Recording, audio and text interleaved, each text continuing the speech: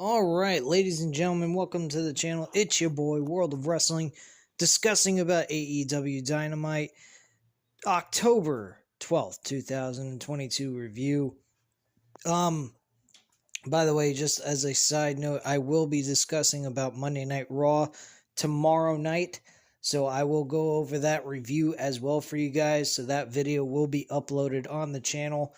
Like I said before on the live stream last night, I have seen some photos that occurred at the show for Raw this past Monday night, which was a stacked show. This show was somewhat very similar. This was a very good show. It had its whatever moments. But by majority, there was some good things that occurred on this show that you can't deny. This wasn't a good show. There was some good stories being told. MJF came out of the gate in the middle of the show stating that he has to be a bad guy. It's something he doesn't really want to do, but he does it because he knows that's what's going to get him over. That's what's going to help him win. Being a nice guy gets you last. Being a prick gets you first. So his attitude is, it's not something he likes, but it's something he has to do to succeed in the business that he's in. Unfortunately, that is very true to life, honestly. Being nice, I'm a nice guy, and I'm the first one to say I don't exactly come in first based on that. Deep down, I like being a nice guy. I don't like being a prick, but when push comes to shove, you have to do what you have to do. When it comes to business, I don't play nice. I am actually a hardworking guy. I will do whatever it takes to go ahead and get what I need to accomplish my goals. I won't screw the company over in any means or anything like that, because that'll cost me my job. But in the sense of professional wrestling, that screwing someone over actually does work because of the fact that sometimes the obstacles are just a little too hard to overcome, so why not get an edge? That's what MJF does in his matches if he doesn't feel that he's overcoming the obstacle that's in front of him. Jericho does the same thing as a heel. So at the end of the day, guys, MJF wasn't telling no lies. He's telling the truth. And he's kind of an in-betweener at this point based on that promo, in my personal opinion, until I see different on what he does on television. So, in a way, he is a heel, but he's also somewhat of a face at the same time. He's also having a little bit of issues with the firm. He told Stokely to go take a hike during this promo because he felt that he was being interrupted during this segment. So, he was not too happy with Stokely either. He wasn't happy with Lee Moriarty getting involved in the handshake. He also mentions that he was actually considering shaking Wheeler Yuta's hand. So we're seeing a different transformation of MJF into the aspect of what we believe is not the true MJF. He's playing out a role. He's playing out an act. In reality, if he wanted to break character, the real person wouldn't be a prick. He would be more of a considerate person, respectful, and not an asshole. But in the realm of professional wrestling, he's got to play the prick because that's what helps him get over with the audience and helps him get the advantage over his opponents. So I get it, and I appreciate it, and I absolutely love it. So we kind of got a glimpse of truly who MJF really is. He basically told you, this is not truly who I am. I'm just being this way because I have to, not because I want to. So I kind of like the promo, and I like the approach that they had MJF come across in this promo. Matches that occurred on the show. Orange Cassidy finally won his first AEW championship in the company, being part of the company as one of the originals. He finally won a title after 3 fucking years. Wow, that's pretty fucking deranged. But hey, better late than sorry. You know, better late than never, I mean. But, honestly, I have to say that I enjoyed this match. I don't think it should have been the main event, though. I think the ending of the Ring of Honor World Championship would have been a better way of closing out the show, because it would have left a little bit of a cliffhanger and kind of like you scratching your head a little bit at the end of that match, which I'll get into in just a moment, because it didn't leave a cliffhanger with this match being the main event. The Ring of Honor World title had more of a cliffhanger that people can really appreciate and say, I really am interested in finding out why Daniel Garcia did what he did and why he turned on Bryan Danielson, which is how Jericho was able to retain the Ring of Honor World Championship. Now, people are saying that Daniel Garcia is the end game of this entire story with Jericho as the Ring of Honor World Champion. I don't know what to say to that now. Beforehand, I would agree with you on that. But at this point, I'm not quite sure where they're going with this. The only other option I could say that they're going with this story is that Daniel Garcia is not done screwing people over at this point. He is going to screw over Chris Jericho. He's going to turn on him and fuck him over, kick him in the balls or some kind of shit in the middle of a match or something of that kind of nature. So I'm not quite sure where they're going with this at this point, but I think that is the only direction they could go with this storyline, is Daniel Garcia turns on both Bryan Danielson and Chris Jericho within this story. So that's the only thing I can come up with. The Jericho-Bryan Danielson match itself before the interference by Daniel Garcia was a good match. I mean, these guys have had good matches together over the course of 3 matches. The second match was their best match they ever had in this series of matches that these two have gone at it. And on top of that, the thing is that Jericho, I'm trying to think of what the hell I was going with this. I lost track of what I was going to say. Oh, I just had a brain fart here in the video. Wow, that is fucked up. Anyway, the match itself was good for what it was.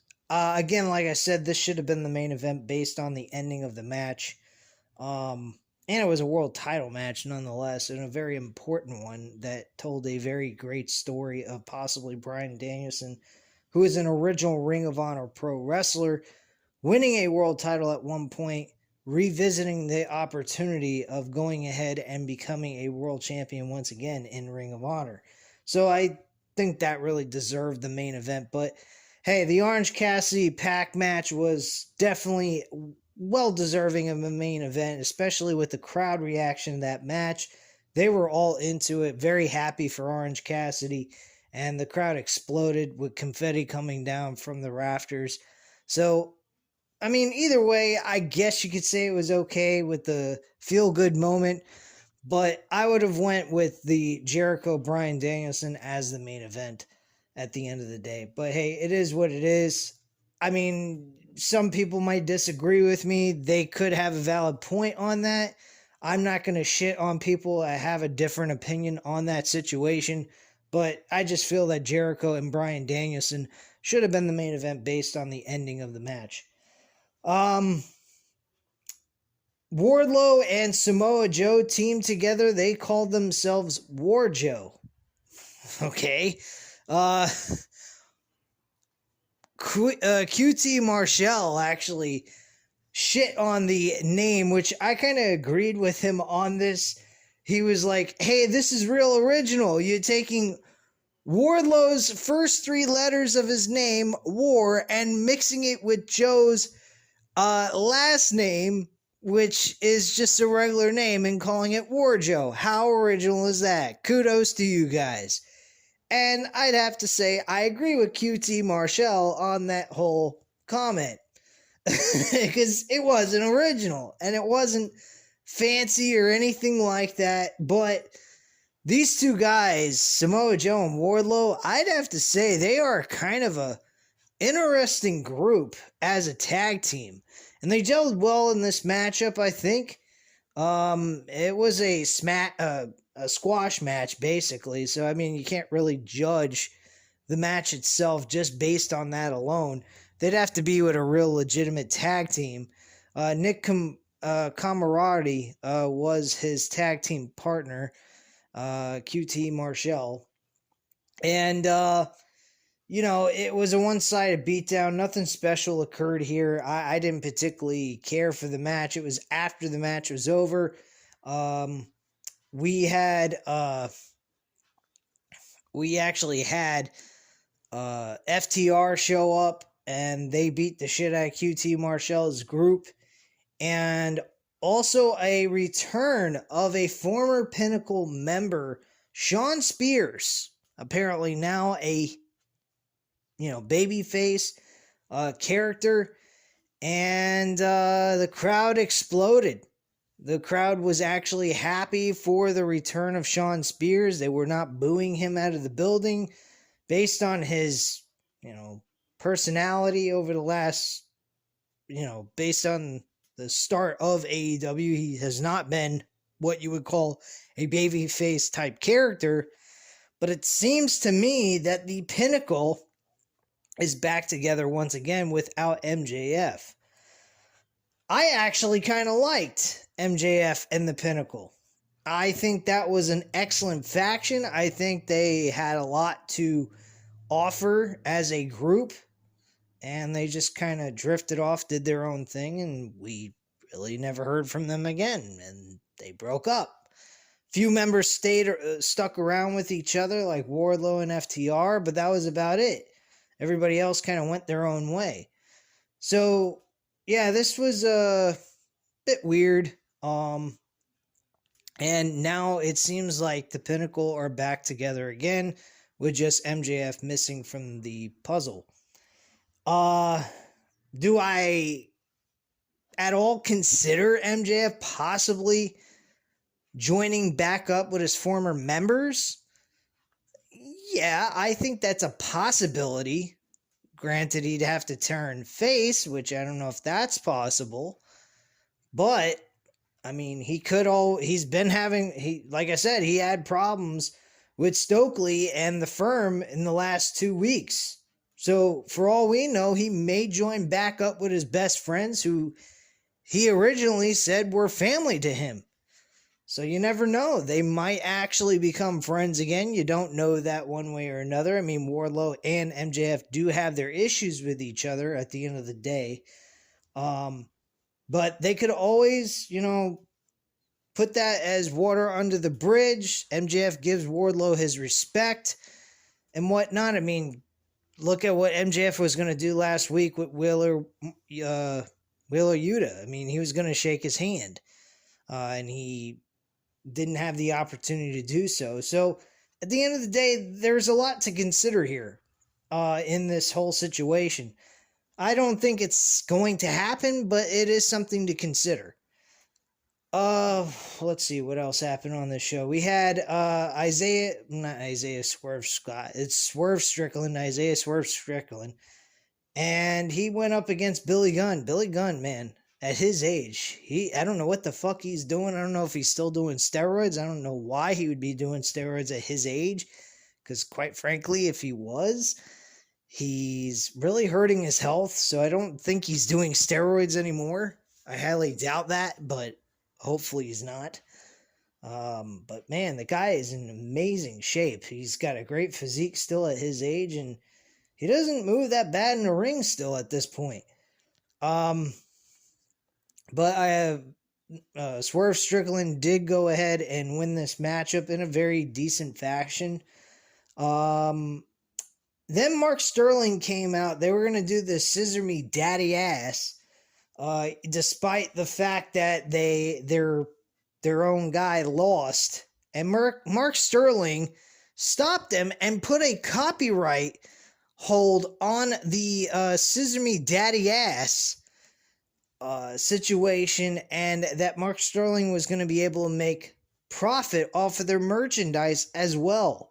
So they're not allowed to do the Scissor Me Daddy Ass thing anymore. That is completely cut off for them to do that. Only Mark Sterling and Tony Nese can do this, which I think was absolutely silly, ridiculous, and kind of weird. But whatever. I don't give a shit. So women had a tag team match. Toni Storm and Hikaru Shida teamed together against Jamie Hayter and Britt Baker. Shida actually picks up the victory for her team, and that's pretty much what happened there. I barely paid attention to this match at all. I didn't really notice much what was going on. Didn't care for this match at all. So who gives a shit? And the opener to this show. The opener to this show was actually very fun to watch. I mean, Jungle Boy and Luchasaurus. This match was basically... I mean, I know that I say this a lot. I know Matt 87 Eagle is going to get on my case on this. Why are you going to have every match be called a pay-per-view type of match? Blah, blah, blah. Because it is a pay-per-view match. And the way this match turned out to be could have been a pay-per-view match. Because the match was fucking great, number one. Number two, it had continuation to a story between Jungle Boy and Christian Cage, as well as him still needing to defeat Luchasaurus to earn that right to move past him and get to Christian Cage. It's a pecking order. So, at the end of the day, that's where the story is going to go at that, you know, it is what it is, you know. And Christian Cage helped Luchasaurus win this match, not Jungle Boy. He helped Jungle Boy lose the match. Not to mention Christian Cage, he is from Toronto, Canada, and he was shitting all over Toronto tonight, which I found to be absolutely amusing and downright weird at the same time. Thought it was funny. And then the last major segment of the show, which I thought was kind of interesting, but the whole focal point really was on MJF, not Hangman Page and Jon Moxley. I don't know what they're doing Tuesday night. I don't know if they're going to have MJF just cash in on Jon Moxley after their match is over, or he's going to wait till the Full Gear pay-per-view to finally get his match for the World Championship. I honestly believe they need to wait, have him get the World Championship opportunity at the Full Gear pay-per-view. That is your main event. That should be your focal point. And that should be the crowning of MJF as World Champion and no longer Jon Moxley as World Champion at that point. So that's the way I feel about that. The commentary between Hangman Page and Jon Moxley was great. The facial expressions of MJF in the skybox was fantastic. I enjoyed that as well. They kept breaking up into the skybox booth, showing his emotions. He was smiling at both of them, kind of finding it very amusing that these two guys are so damn worried about killing each other, and yet at the same time, whoever does win the match is going to eventually have to face MJF, and if he wants to be the ultimate prick, just cash that chip in after the match is over and their reign is shortened in less than a few minutes, depending on who actually wins the match. If Hangman Page wins, well, he gets the ultimate screw job. Jon Moxley wins, he gets a screw job as well. At least he had a decent title reign, at least a month or so. But still, after a hard, brutal match, he gets screwed over out of keeping his title in a legitimate title defense. He ends up getting fucked over right after the match is over in a hard-fought victory. So, either way, both of these guys are getting screwed, and you got MJF sitting there going, this is fucking hilarious that these guys are going all ape stick over this shit, and they're totally forgetting about me, as if I'm the forgotten guy, like as if I can't do anything or I can't capture that world championship whenever the hell I feel like it. So it was kind of funny. I actually enjoyed that. I am cheering for MJF 100%. I do not care who the hell wins this matchup between Jon Moxley and Hangman Page. If you want to go, this is kind of crazy. This is going out of the box. If you really want to gain some momentum, get some focal point on the newer stars, people that don't have as much name recognition, and really elevate the brand name of the characters on your show, I think Hangman Page should beat Jon Moxley, and then Hangman Page loses the title the same night to MJF. I think that would probably be the better story to tell, because at that point, you got MJF and Hangman Page as your main focal point for a main event on a pay-per-view leading into Full Gear. I think that's the better choice right there because of the two names. They're not big brand names. MJF is a well-beloved character and looked at as one of the, unique wrestlers in the wrestling business, but he's not, a Roman Reigns type name. He's not Seth Rollins. He's not Randy Orton. He's not a John Cena. He's not any of those type of things. He's got a long way to go, but he does have the potential of being one of the biggest names in modern day professional wrestling. So when you think about it, MJF and Hangman Page are the better choices to go with a long-term storyline between these two guys. I don't know how you guys feel. I mean, I'm not totally against the idea of Jon Moxley and MJF going at it at Full Gear, and MJF just gets the simplistic win at Full Gear pay-per-view, or cashes in on Jon Moxley either way. But why would you want to run that back in a rematch at Full Gear after he already beat Jon Moxley in a cheap victory? I don't particularly like that idea at all.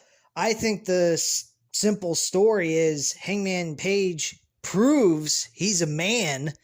He's one of the best in the business, and he can go tick for tat with one of the better performers in the business, known as Jon Moxley, and win the world title from him in a hard-fought victory. And then in the same night, immediately after the match is over, lose that title to MJF, pissing him off completely, making MJF have more heat on him, even more than he's had before, and kind of get this whole belief that he's a supposed face trying to be, the supposed guy trying to be a face when he's really just a fucking prick at the end of the day.